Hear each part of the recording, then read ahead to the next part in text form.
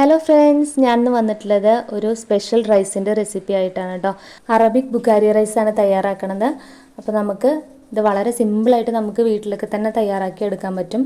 അതിന് ഹോട്ടലിലൊന്നും പോകേണ്ട ആവശ്യമില്ല. നമ്മുടെ കുട്ടികൾക്കൊക്കെ നല്ല ഇഷ്ടമാവുന്ന ഒരു റൈസാണ്. അപ്പോൾ നമുക്കിത് എങ്ങനെയാണ് ഉണ്ടാക്കുന്നത് നോക്കാം. അപ്പോൾ അതിനു മുമ്പ് നമ്മുടെ ചാനൽ സബ്സ്ക്രൈബ് ചെയ്യാത്തവരൊന്ന് സബ്സ്ക്രൈബ് ചെയ്യുക. വീഡിയോ ഇഷ്ടമായ ലൈക്ക് ചെയ്യാനും ഷെയർ ചെയ്യാനും മറക്കരുത്. എല്ലാവർക്കും സവിതാസ് ഫുഡ് കോർണറിലേക്ക് സ്വാഗതം.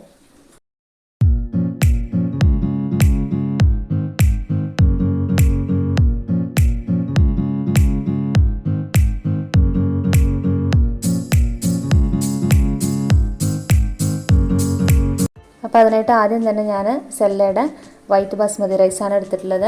അപ്പോൾ ഇതാണെന്നുണ്ടെങ്കിൽ നമുക്ക് നല്ല പെർഫെക്റ്റ് ആയിട്ട് നമുക്ക് റൈസ് കിട്ടും കേട്ടോ, ബുഖാരി റൈസ് കിട്ടും. ഇതിൽ ഞാൻ 5 കപ്പ് ബസ്മതി റൈസാണ് എടുത്തിട്ടുള്ളത്. 250 ml കപ്പിൽ 5 കപ്പാണ് കേട്ടോ എടുത്തിട്ടുള്ളത്. ഇനി ഇത് നന്നായിട്ട് കഴുകിയതിന് ശേഷം നമുക്കിത് 1 മണിക്കൂർ കുതിർത്തി വെക്കണം. വെള്ളത്തിലൊന്ന് കുതിർത്തി വയ്ക്കുക. ആദ്യം നമുക്ക് വെള്ളം ഒഴിച്ചിട്ട് നന്നായിട്ടൊന്ന് കഴുകിയെടുക്കണം. അതിന് ശേഷം നമുക്ക് ഇത് കുതിർത്തി വയ്ക്കാം. അപ്പോൾ ഞാൻ കുതിർത്താനായിട്ട് വെച്ചിട്ടുണ്ട്. ഇത് 1 മണിക്കൂറിന് ശേഷം നമുക്ക് ഊറ്റിയെടുക്കാം. അപ്പോൾ റൈസ് ഉണ്ടാക്കാനായിട്ട് ഞാനിവിടെ കുക്കറാണ് എടുത്തിട്ടുള്ളത്. 5 ലിറ്ററിൻ്റെ കുക്കറാണ് കേട്ടോ എടുത്തിട്ടുള്ളത്. അപ്പോൾ നിങ്ങൾക്ക് കുറച്ച് അടി കട്ടിയുള്ള പാത്രം എടുത്താൽ മതി. ഇതിലേക്ക് ഞാനൊരു 1/4 കപ്പ് സൺഫ്ലവർ ഓയിൽ ഒഴിച്ച് കൊടുത്തിട്ടുണ്ട്. നിങ്ങൾ വെളിച്ചെണ്ണയൊന്നും എടുക്കരുത് കേട്ടോ.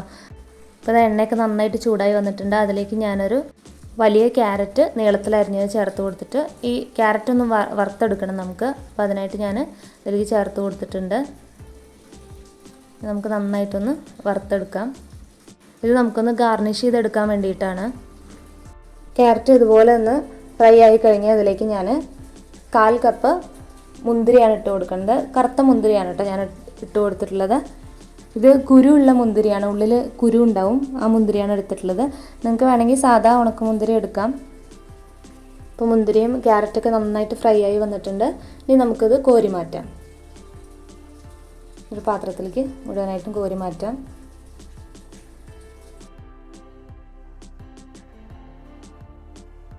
കോരി മാറ്റിയതിന് ശേഷം പിന്നെ അതിലേക്ക് ഞാനൊരു 2-3 ടേബിൾ സ്പൂൺ സൺഫ്ലവർ ഓയിൽ കൂടെ ഒഴിച്ച് കൊടുക്കുന്നുണ്ട്. അപ്പോൾ എണ്ണ നന്നായിട്ട് തന്നെ ചൂടായി കിടക്കുന്നുണ്ട്. ഇതിലേക്ക് ഞാനൊരു വലിയ സവോള നീളത്തിലരിഞ്ഞത് ചേർത്ത് കൊടുക്കുന്നുണ്ട്. ഇനി ഇത് നന്നായിട്ടൊന്ന് ആ എണ്ണയിലൊന്ന് മിക്സ് ചെയ്തെടുക്കാം. ഇനി ഇതൊരു ലൈറ്റ് ബ്രൗൺ കളർ ആവണം.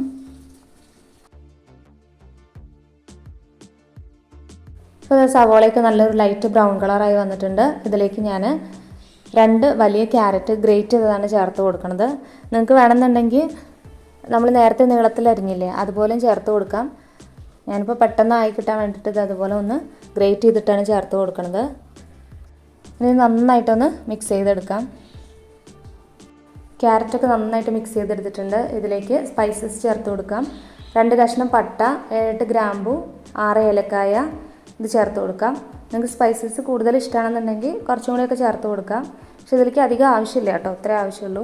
പിന്നെ ഇതിലേക്ക് 1.5 ടീസ്പൂൺ ചെറിയ ജീരകം ചേർത്ത് കൊടുത്തിട്ടുണ്ട്. അപ്പോൾ ചെറിയ ജീരകം എന്തായാലും ചേർത്ത് കൊടുക്കണം കേട്ടോ, അപ്പോഴാണ് നല്ല ടേസ്റ്റ് ഉണ്ടാവുക. ഇനി ഇത് നന്നായിട്ടൊന്ന് മിക്സ് ചെയ്തെടുക്കാം.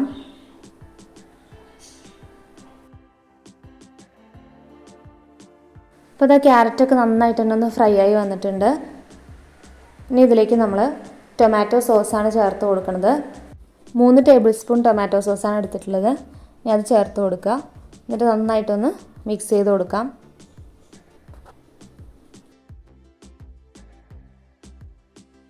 ഇനി ഇതിലേക്ക് ഞാൻ 3 പച്ചമുളക് ചേർത്ത് കൊടുക്കുന്നുണ്ട്. പച്ചമുളക് കത്തി വെച്ചിട്ടൊന്ന് കുത്തിയിട്ട് ചേർത്ത് കൊടുക്കും കേട്ടോ. എന്നിട്ട് നന്നായിട്ടൊന്ന് ഇളക്കിയെടുക്കാം. ഇനി ഇതിലേക്ക് 2 തക്കാളി നന്നായിട്ട് മിക്സിയിൽ അടിച്ചിട്ട് അത് ചേർത്ത് കൊടുക്കാം. തക്കാളി അങ്ങനെ അരിഞ്ഞ് ചേർക്കരുത് കേട്ടോ, അതുപോലെ പ്യൂരി ആയിട്ടാണ് ചേർത്ത് കൊടുക്കേണ്ടത്. ഇനി തക്കാളിയുടെ പച്ചമണം മാറുന്നവരെ നന്നായിട്ടൊന്ന് വഴറ്റിയെടുക്കാം. എണ്ണയൊക്കെ നന്നായിട്ട് ഇങ്ങനെ തെളിഞ്ഞ് വരണം. അതുവരെ നമുക്കിതൊന്ന് അടച്ചു വെച്ച് വേവിക്കാം.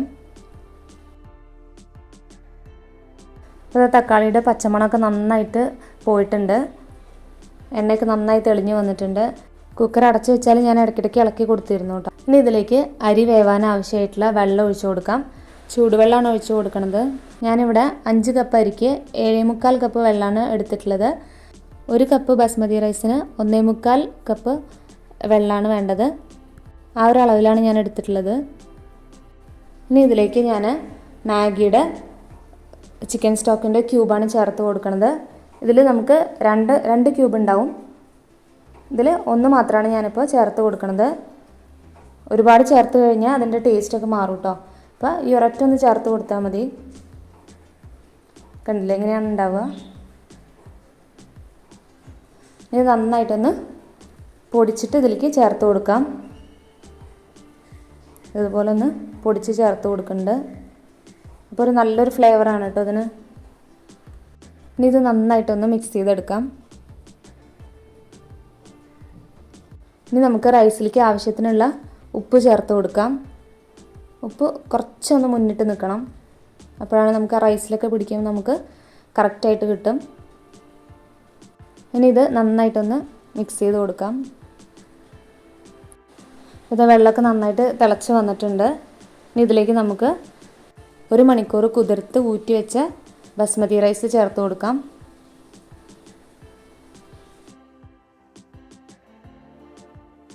ഇത് മുഴുവനായിട്ടും ചേർത്ത് കൊടുത്തിട്ടുണ്ട്. ഇനി നന്നായിട്ടൊന്ന് മിക്സ് ചെയ്ത് കൊടുക്കാം. മിക്സ് ചെയ്തതിന് ശേഷം നമുക്കിത് അടച്ച് വെച്ച് വേവിക്കാം. നമ്മൾ വെയിറ്റ് ഇടേണ്ട ആവശ്യമില്ല കേട്ടോ. കുക്കറിൻ്റെ വെയിറ്റ് ഇടേണ്ട ആവശ്യമില്ല. വിസിലൊന്നും വരണ്ട. നന്നായിട്ടൊന്ന് അടച്ച് വെച്ചാൽ മതി. അടച്ച് വെച്ചതിന് ശേഷം 5 മിനിറ്റ് ഹൈ ഫ്ലെയിമിലൊന്ന് വേവിച്ചെടുക്കാം. ഒരു 5 മിനിറ്റിന് ശേഷം നമുക്കിതൊന്ന് ലോ ഫ്ലെയിമിലാക്കിയ ശേഷം ഒന്ന് തുറന്ന് നോക്കാം. ഇനി ഇതിൻ്റെ മുകളിലായിട്ട് കുറച്ച് ചെറിയ ജീരകത്തിൻ്റെ പൊടി ഇട്ട് കൊടുക്കാം. ഞാനിപ്പോൾ ഇവിടെ 1/2 ടീസ്പൂൺ ചെറിയ ജീരകത്തിൻ്റെ പൊടിയാണ് ചേർത്ത് കൊടുക്കുന്നത്. എന്നിട്ട് നന്നായിട്ടൊന്ന് മിക്സ് ചെയ്ത് കൊടുക്കാം.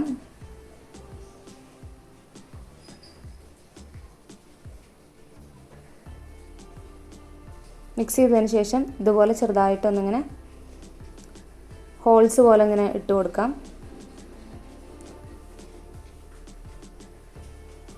ഇനി ഇത് നമ്മൾ ലോ ഫ്ലെയിമിൽ 15 മിനിറ്റ് അടച്ച് വെച്ച് വേവിക്കാം. വെയിറ്റ് ഇട്ട് കൊടുക്കേണ്ട ആവശ്യമില്ല. ഇതുപോലെ അടച്ച് വെച്ചാൽ മതി. ഇടയ്ക്ക് വേണമെങ്കിൽ ഒന്ന് ഇളക്കി കൊടുത്തോളൂ കേട്ടോ. ഒരു 1-2 പ്രാവശ്യം ഇളക്കി കൊടുത്താൽ മതി. ഇപ്പോൾ ഇതാ 15 മിനിറ്റ് ആയിട്ടുണ്ട്. നമുക്കിതൊന്ന് തുറന്ന് നോക്കാം. അപ്പോൾ ഇതാ റൈസൊക്കെ നന്നായിട്ട് വെന്ത് വന്നിട്ടുണ്ട്. നമുക്ക് ഫ്ലെയിം ഓഫ് ചെയ്ത് കൊടുക്കാം. കണ്ടില്ലേ, ഇതുപോലെ നന്നായിട്ട് തന്നെ വെന്ത് കിട്ടിയിട്ടുണ്ട്.